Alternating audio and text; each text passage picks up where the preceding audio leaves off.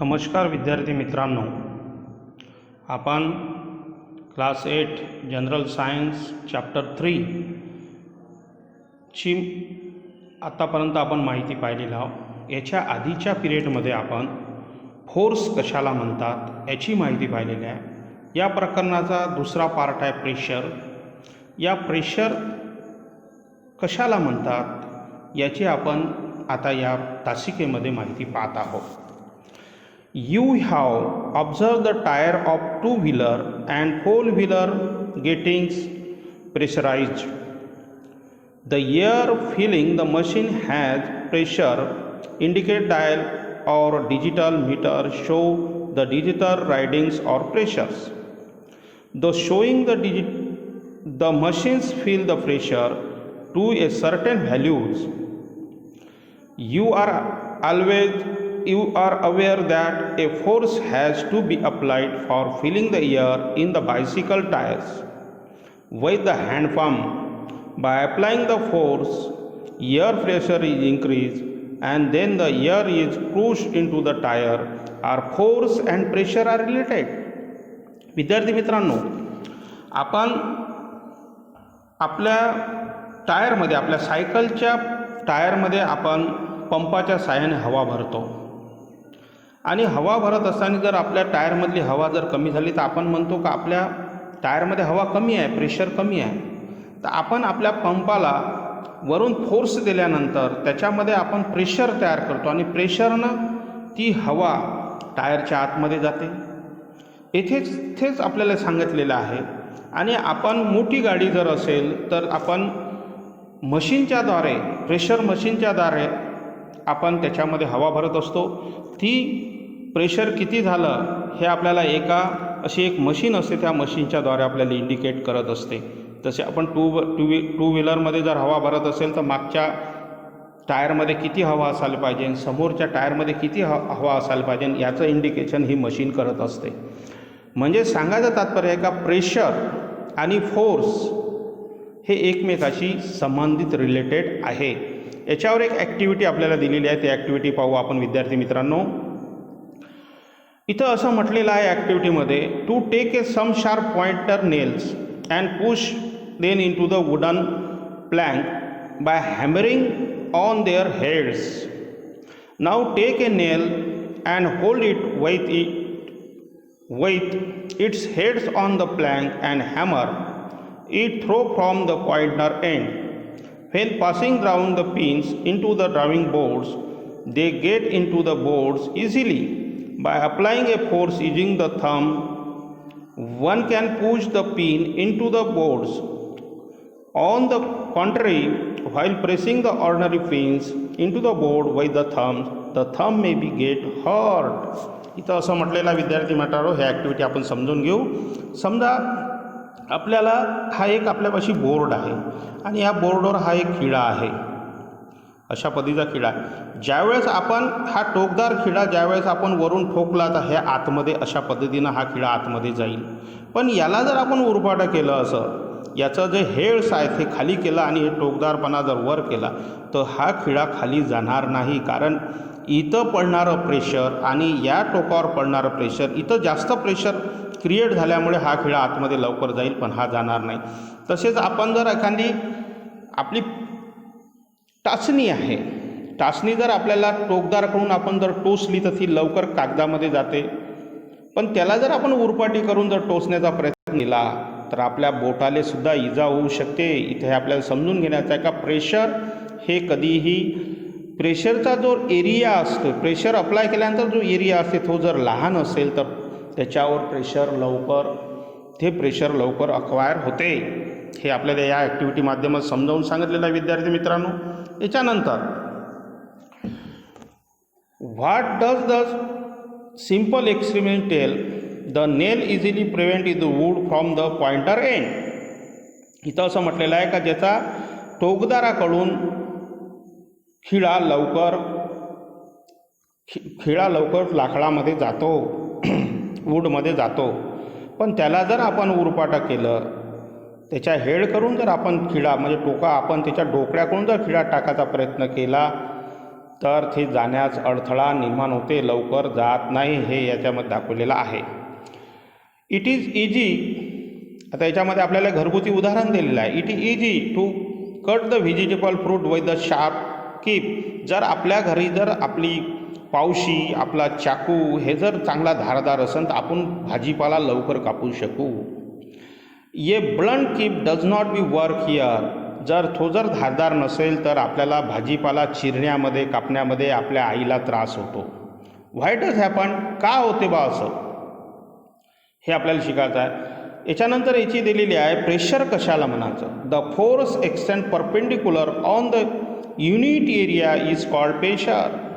आपण जेव्हा एखादा फोर्स एखादा हा समजा हा आपल्यापाशी एक वस्तू आहे, याच्यावर जेव्हा आपण असा फोर्स लावू, हा फोर्स लावल्यानंतर इथं जो एरिया आहे, या एरिया किती आहे याच्यावर याचं प्रेशर अवलंबून असते. आणि ही जी डायरेक्शन असते ही परपेंडिक्युलर आहे, लंबाकृती आहे. हा लंबाकृती आहे. इथं म्हटलेल्या आहे व्याख्येमध्ये the force extend perpendicular on a unit area is called as pressure. आणि इथं प्रेशरचा फॉर्म्युला दिलेला आहे. Pressure is equal to force by upon the area on which the force in applied. आपल्याला कोणतंही फोर्स लावायचं असेल तर फोर्स लावल्यानंतर प्रेशर कशाला म्हणायचा, का त्याचा एरिया किती आहे, त्याच्या एरियावर त्या फोर्स अवलंबून असते. जर एखादा एरिया मोठा आहे आणि याच्यावर आपण किती काही फोर्स लावला तर याच्यावर लवकर परिणाम पडणार नाही. पण एरिया छोटा आहे आणि आपण फोर्स लावला तर ह्या वस्तूवर त्वरित परिणाम पडते. म्हणजे याचा फोर्स लावण्याचा एरिया किती आहे, याचं क्षेत्रफळ किती आहे याच्यावर याचा फोर्स अवलंबून असते.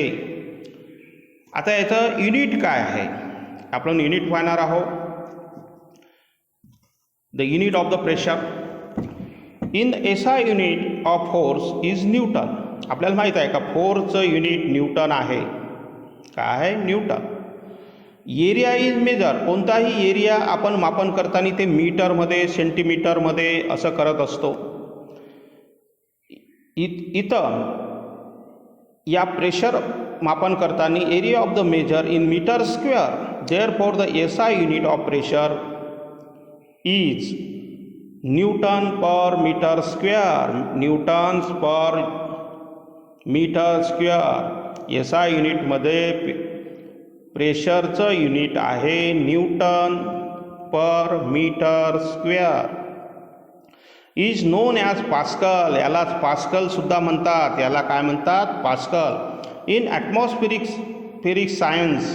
ॲटमॉस्फेरिक सायन्स हवामानशास्त्रामध्ये दाबाचे एकक हे बारने दर्शवितात. आणि one bar is equal to 10⁵ pascal.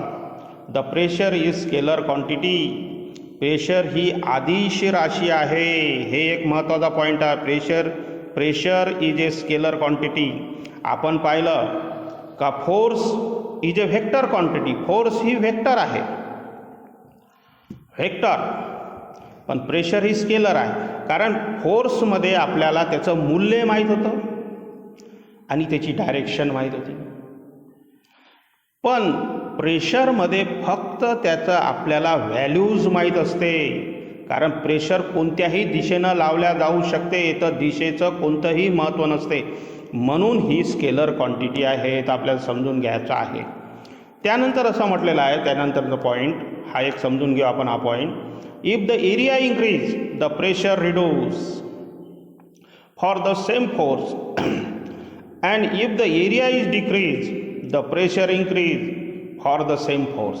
आता याचं उदाहरण आपण पाहू. या पॉईंटचं काय म्हटलं, समजा तुमच्यापाशी एक फुगा आहे, एक बलून आहे. हा छोटा बलून आहे आणि हा मोठा बलून आहे. याचा एरिया कमी असल्यामुळे आपल्याला तोंडानं फुगवण्यासाठी जास्त फोर्स लावा लागणार आहे. फोर्स जास्त लागणार आहे इथं, कारण याचा एरिया कसा आहे, कमी आहे. म्हणजे the area increase the pressure reduce. त्यामुळे याचं प्रेशर जे आहे एरिया इन्क्रीज, इथं एरिया इन्क्रीज असल्यामुळे आपल्याला प्रेशर कमी लावा लागणार आहे. फुगताना आपल्याला त्रास होणार नाही, पण एखादा छोटा फुगा जर असेल तर त्याला फुगण्यासाठी आपल्याला जास्त प्रेशर लावा लागते, कारण याचावाला एरिया हा कमी असतो, याचा एरिया जास्त असतो.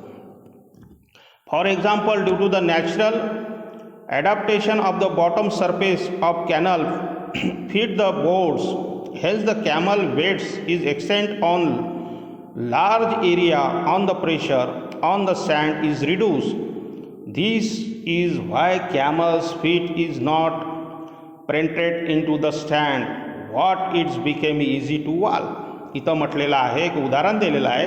आपण सगळ्यांनी उंट पाहिलेला आहे, कॅमल पाहिलेला आहे, कॅमलचे पायसुद्धा पाहिलेले आहेत.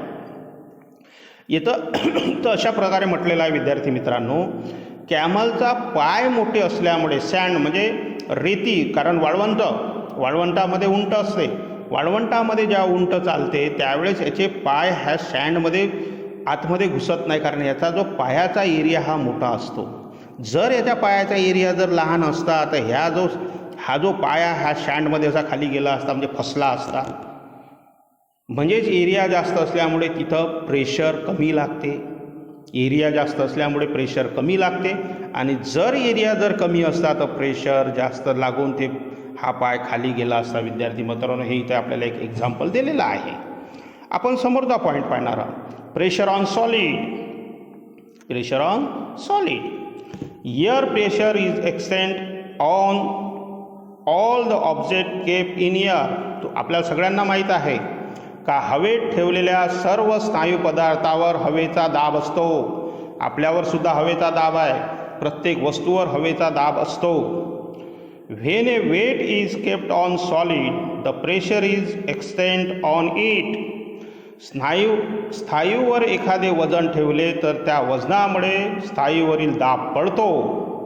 समजा एक स्थायू पदार्थ आहे आणि त्याच्यावर सुद्धा आपण एक हा दुसरा पदार्थ ठेवला तर याच्यावर वजन पडते, याच्यावर त्याचा दाब पडतो, प्रेशर पडते. आपण पुष्कळदा असे उदाहरण पाहिलेले आहे, आपण पुष्कळदा उदाहरण पाहिलेलं आहे. एखादी वस्तूवर जर वस्तू ठेवत गेलं तर खालची वस्तू ही दबते. खालची वस्तू काय होते? दबते, कारण त्याच्यावर वरच्या वस्तूचं प्रेशर खालच्या वस्तूवर येत असते. हे याच्यामध्ये म्हटलेलं आहे. त्याच्यानंतर जर लिहिलेलं आहे, this pressure depends upon the value of weight and contact area between the two. आता समजा जर कॉन्टॅक्ट एरिया कसा आहे, जर मोठी वस्तू आहे आणि छोटी वस्तू ठेवली त्याच्यावर एवढा प्रेशर येणार नाही. पण ह्याच उरपाट केल्या छोट्या वस्तूवर जर आपण मोठी वस्तू ठेवली तर या वस्तूवर जास्त प्रेशर येईल. हे इथं आपल्याला समजून घ्यायचं विद्यार्थी मित्रांनो. इथं एक आपल्याला ॲक्टिव्हिटीसुद्धा दिलेली आहे. Do the activity as depict in the figure 3.5. What is you seen. या फिगरकडे पहा. या फिगरमध्ये काय म्हटलेलं आहे, you have must seen the. आपले पहिले फिगर पाहून देऊ. या फिगरमध्ये असं म्हटलेलं आहे का 2 विटावर एक त्यानं मधामध्ये फळी ठेवलेली आहे. त्यानंतर खालच्या आकृतीमध्ये 4 पुस्तकं त्या फळीवर बरोबर भेटल्या आहे. 4 पुस्तकं इथं ठेवल्यामुळे याचं जर 4ही पुस्तकाचं प्रेशर या पाटीवर समान अंतरात पडलेलं आहे, त्यामुळे या पाटीवर कोणताच फरक पडलेला नाही. पण त्यानंतर तिसऱ्या याच्यामध्ये काय केलेलं आहे का ते 4ही पुस्तकं एकावर एक ठेवले विद्यार्थी मित्रांनो. त्यामुळे काय फरक झाला, ते पाटी ती फळी कशी हे झालेली आहे, बेंड झाली. इथं तुम्हाला काय दिसते, इथं बेंड झाली, कारण याचं पूर्ण प्रेशर या एरियावर पडलेलं आहे. इथं प्रेशर प्रत्येक डिस्ट्रीब्यूट झालेला आहे, त्याच्यामुळे या फळीवर पाटीवर काही परिणाम झालेला नाही. हे आपल्याला या उदाहरणामधून सहज समजायला येते. त्यानंतर इथं म्हटलेलं आहे, आपल्याला अनेक उदाहरण दिलेलं आहे त्यानं. You have seen A vegetable vendors carrying the basket on her head. She Cape A twisted pieces of A cloth on the head below the basket. How does it help. आता तुम्हाला इथे त्यानं प्रश्न विचारला आहे. आपण पुष्कळदा पाहतो, आपण जर एखादी वस्तू जर वाहून नेत असेल, एखादं टोपलं आपल्या डोक्यावर भरलेलं टोपलं आहे, आपली आई जेव्हा कपडे धुवाले नदीवर जाते त्यावेळेस भरलेल्या टोपल्याच्या खाली चुंबड ठेवते, कपड्याचा एक गोल गोल वेटोळा ठेवते. याचं कारण काय? जर आपण टोपलं जर डोक्यावर ठेवलं तर टोपल्याचा जो नोकदार असा गोलसर भाग आहे ते एकदम डोक्यावर त्याचं प्रेशर तयार होऊन त्यामुळे आपलं डोकं दुखेल. पण तेच जर आपण त्याच्याखाली जर कापडाचा एक चुंबड ठेवली तर त्याच्यामुळे ते प्रेशर डिस्ट्रीब्यूट पूर्ण डोक्यावर होते, त्यामुळे आपलं डोकं दुखत नाही. हे ह्या उदाहरणामध्ये दिलं आहे. त्याच्याखाली दिलेलं आहे we can stand at one place for a long time. How then can you sleep on the place for 8 and odd hours.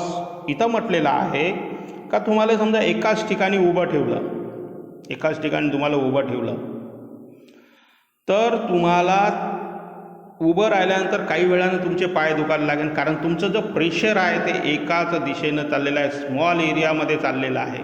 पण तुम्हाला थेट जर त्याच एरियामध्ये जर तुम्हाला झोपविलं, 8 तास झोपून ठेवलं, 8 तास, तर तुम्हाला त्याचं काहीही वाटणार नाही.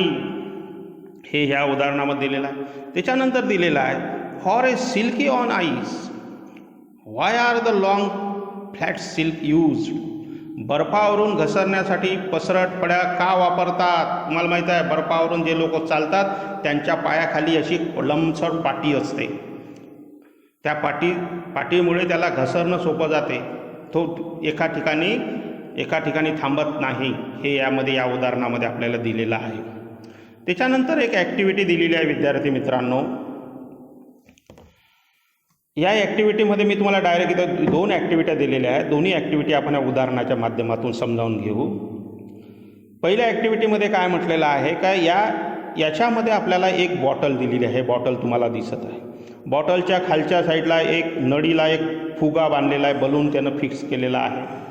आणि ह्या ज्या बॉटलमध्ये आपण पाणी भरल्यानंतर कालांतरानं तुम्हाला काय दिसेल, या बलूनमध्ये सुद्धा हे पाणी जमा झालेलं दिसेल, कारण याचं प्रेशर वाढलेलं आहे.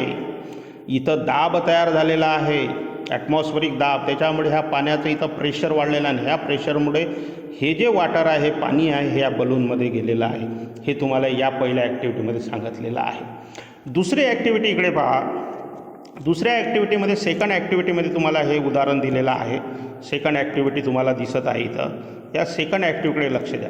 याच्यामध्ये त्याने एक बॉटल घेऊन 3 याला छिद्र पाडलेले आहे, होल्स तयार केले आहे. 1, 2 and 3.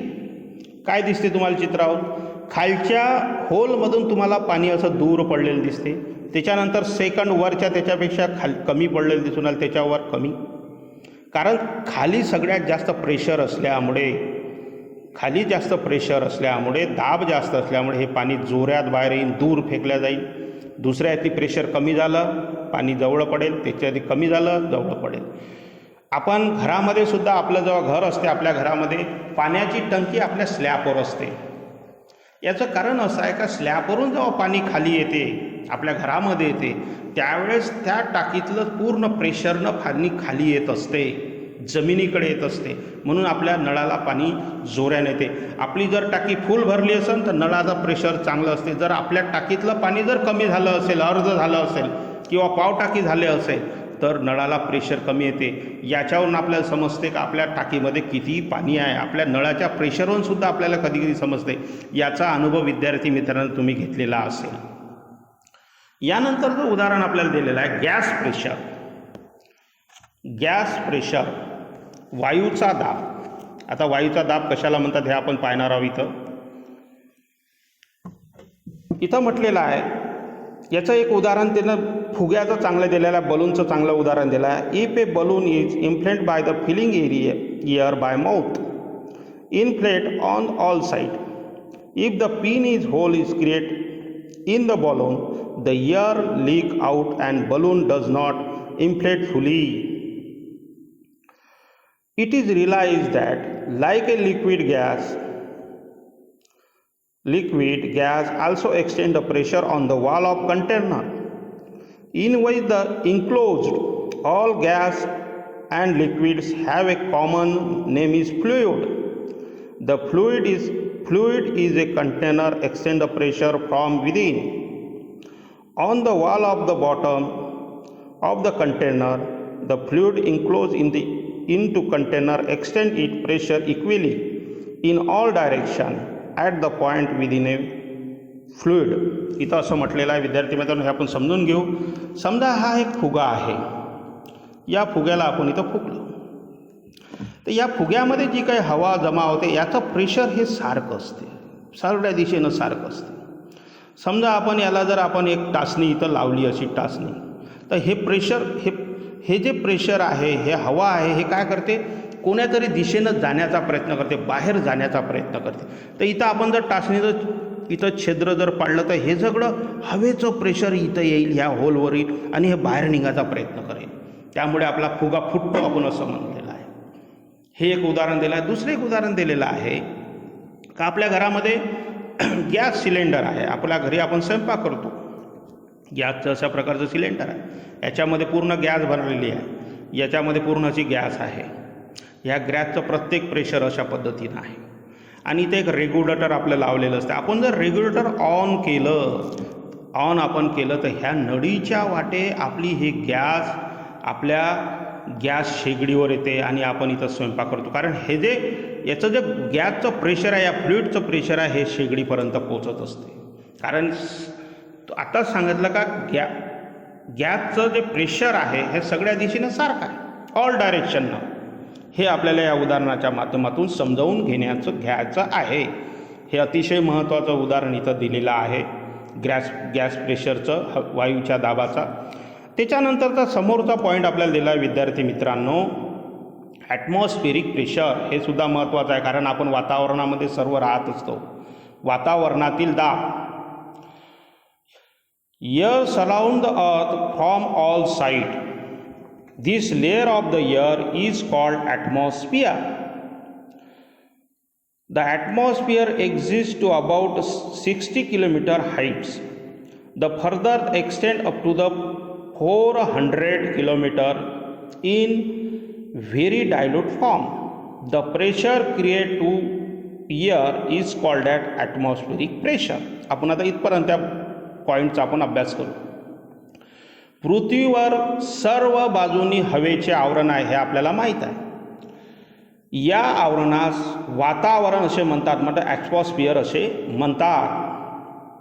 ॲटमॉस्फेरिक प्रेशर म्हणजेच पृथ्वीवरच्या पृष्ठभागाचा 16 किलोमीटरचा एरिया, पूर्ण 16 किलोमीटर, 16 किलोमीटर्स हाईट, उंचीपर्यंत आपल्या या अर्थवरील पृथ्वीवरील 16 किलोमीटर 16 किलोमीटरचा अर्थवरील पूर्ण हवेनं भरलेला आहे, दाब निर्माण झालेला आहे. आणि त्याच्यावर 400 किलोमीटरपर्यंत हवेचा दाब हा कमी कमी होत गेलेला आहे. 400 किलोमीटर आता इथं दिलेला आहे. 16 किलोमीटरपर्यंत हवेचा दाब चांगला आहे. त्याच्यानंतर 400 किलो म्हणजे आपण जर आपल्या पृथ्वीवरून जर 400 किलोमीटर जसजसं वर जाऊ तर आपल्याला हवेचा दाब कमी कमी होताना दिसेल. आता इथे एक आपल्याला त्याचं एक उदाहरण इथं दिलेलं आहे, एक प्रेशर दाखवलेलं आपल्याला, हे आकृती दिलेली आहे विद्यार्थीमध्ये. ह्या आकृतीच्या माध्यमातून समजून घेऊ. हे एक आपल्याला ॲटमॉस्फिअर समजण्यासाठी एक उदाहरण दिलेलं आहे. पहा, याच्यामध्ये या ग्लासमध्ये, या चंबूमध्ये आपल्याला हवा दिसत. जशी हवा पा खालच्या दिशेनं याचा दाब जास्त आहे आणि वरच्या दिशेने हे विरळ होत गेलेली आहे. वरच्या दिशेनं प्रेशर कसं गेलेलं आहे, विरळ होत गेलेली आहे. त्यानंतरचा एक पॉईंट लक्षात घेण्याजोगता याच्यामध्ये म्हटलेलं आहे, या पॉईंट महत्त्वाचा आहे. The air pressure at the sea level is called as 1 atmospheric pressure. हे महत्त्वाचं आहे. सी लेवल म्हणजे समुद्रापाशी,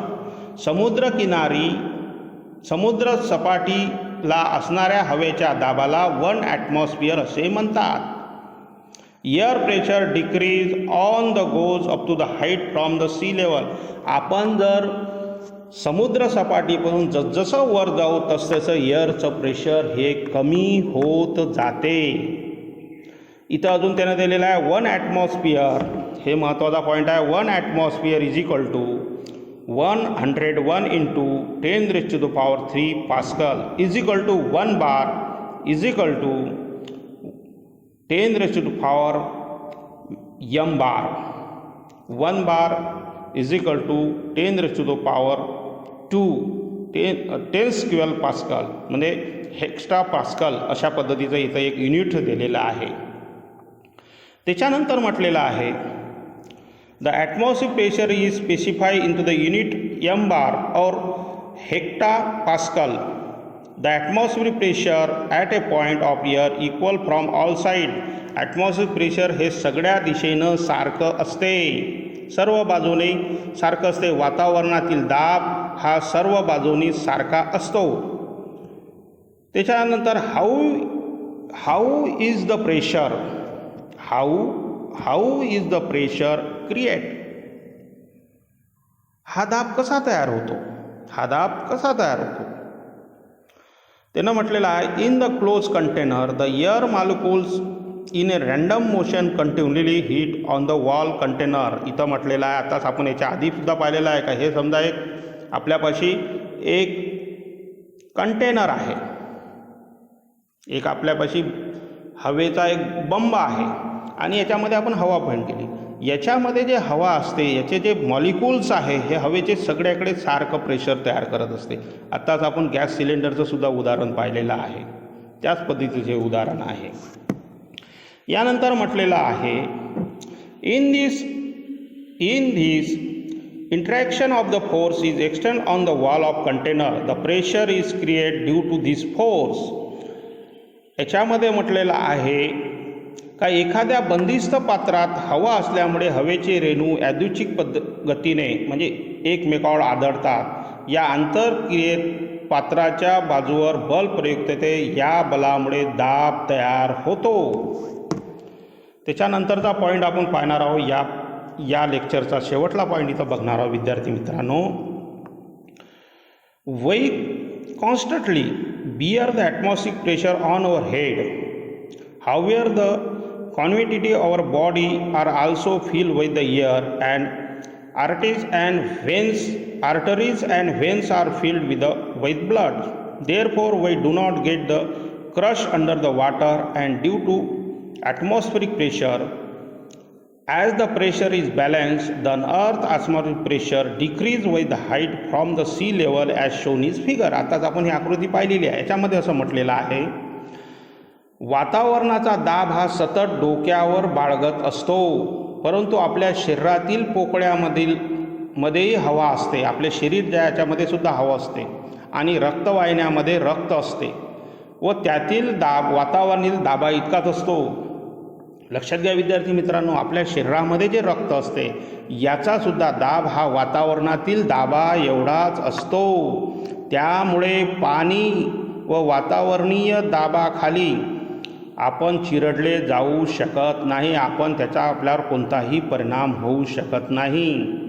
वातावरणाचा दाब संतुलित होतो.